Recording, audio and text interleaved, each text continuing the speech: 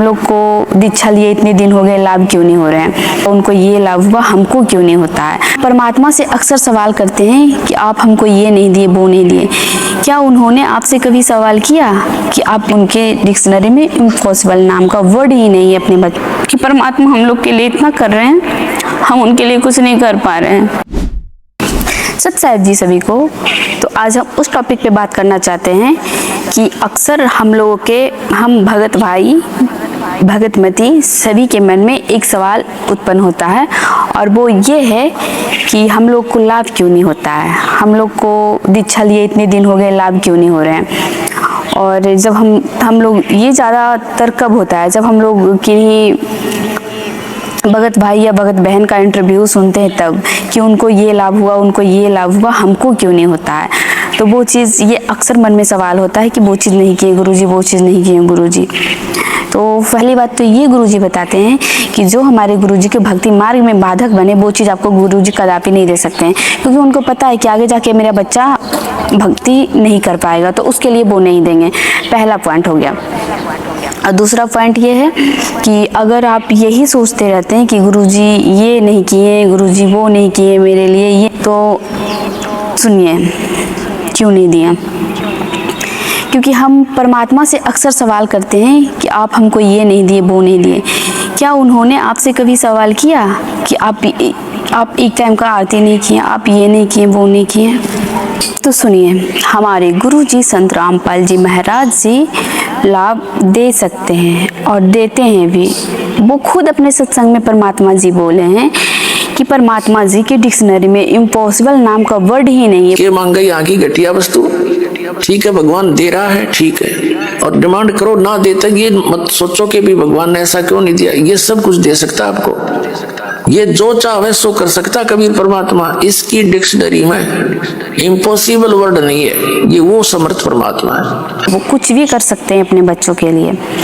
जब हम परमात्मा जी संत रामपाल जी महाराज जी से जुड़ जाते हैं तो वो हम लोग को हर एक प्रकार का लाभ दे सकते हैं, वो चाहे आध्यात्मिक हो, शारीरिक हो या फिर मानसिक हो, मतलब कोई भी लाभ दे सकते हैं, क्योंकि उनके डिक्शनरी में इम्पॉसिबल नाम का वर्ड ही नहीं है अपने बच्चों के लिए।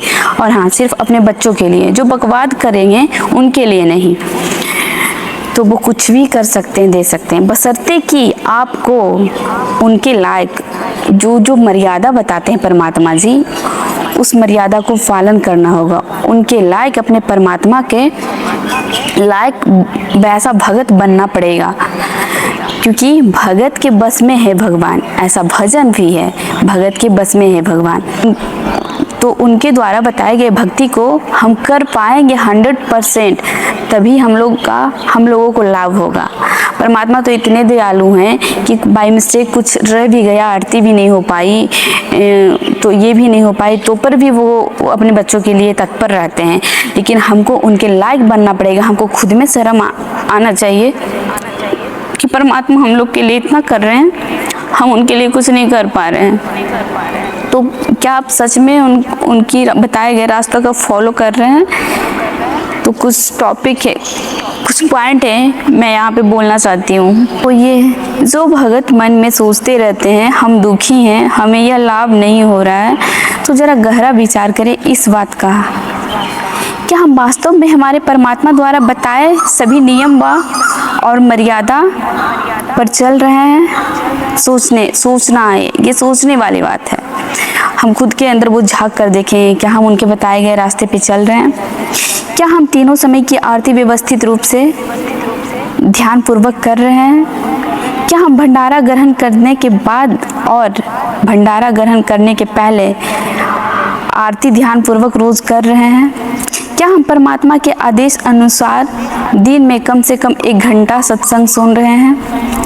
क्या हम मंत्र जाप परमात्मा द्वारा बताए अनुसार ध्यान लगाकर पूर्ण रूप से रोज कर रहे हैं? क्या हमारा ज़्यादा समय परमात्मा के लिए और कम समय सांसारिक कामों के लिए लग रहा है? परमात्मा हम भक्तों को जैसा बनाना चाह रहे हैं, क्या हम वैसा बन पा रहे हैं? खुद के आत्मा से पूछिए, खुद के आत्मा से पूछिए, वो मैं हूँ या फिर कोई भी भगत हो, खुद के आत्मा से पूछिए। परमात्मा से 1000 सवाल आप करते हैं, 1000 बार ये सोचते हैं कि परमात्मा मेरे लिए ये नहीं किया। क्या हम उनके बताए गए रास्ता पे चल रहे हैं? नहीं, मैं नहीं चल रही हूँ भाई, आप लोग चलिए, चल रहे होंगे, अच्छी बात है। मैं खुद इतनी गिरी हुई आत्मा हूँ कि मैं प्रॉपर नहीं चल पा रही हूँ परमात्मा के बताए गए रास्ते पे। क्या हमें परमात्मा द्वारा बताए भगत के 16 गुण मर्यादा पे चल रहे हैं? परमात्मा तो जो चाहे सो कर दे, लेकिन उनके कराने योग्य हमें बनना पड़ेगा। तो पुण्यात्माओं, आप इस परमेश्वर कबीर जी पर विश्वास करके देखना और कुछ दिन सत्साधना करके देखना, आपके भाग्य में ना होगा तो भी परमात्मा आपको देगा।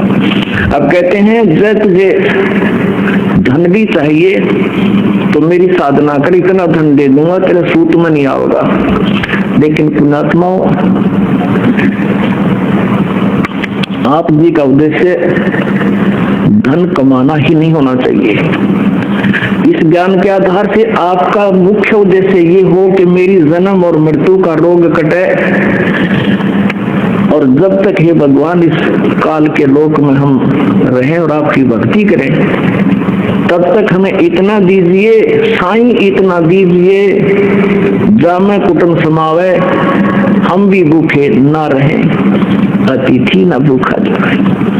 तो ये आपको अवश्य देगा, ये पूर्ण परमात्मा है। परमात्मा तो वही है जो धना भगत के खेत में कंकड़ बोने पर भी तुम्बे उपजाकर तुम्बे में से ज्वार उपजा दे। वही परमात्मा तो आज आया हुआ है। धना भगत की कथा, सदना कसाई की कथा, सेऊ सम्मन की कथा आदि अनगिनत है, जो फरमान है कि परमात्मा भगत के लिए जो चाहे सो कर सकता है। परमात्मा भगत के लिए क्या क्या बन गए, नाई बन गए, बांदी बन के कोरड़े खाएं, कारवा ऊँट वाले, सावल सा सेठ, केशव बंजारा, नरसिंह, धोबी, गरीबदास जी के स्वरूप में वो 35 वर्ष रहे हैं, जो कि हम लोग को परमात्मा से सत्संग में बताते हैं। तो क्या अब संत रामपाल जी महाराज बनने में क्या देर लगेगी? आप खुद सोच लो। जब हम हमारी प्रत्येक कमी को दूर करने लग जाएं, तो हमें विश्वास हो जाएगा कि परमात्मा हमारे लिए कुछ भी कर सकते, जो चाहे सो कर सकते हैं, क्योंकि परमात्मा जी के डिक्शनरी में इम्पॉसिबल नाम का वर्ड ही नहीं है। सब साहेब जय हो बंदी छोड़ की।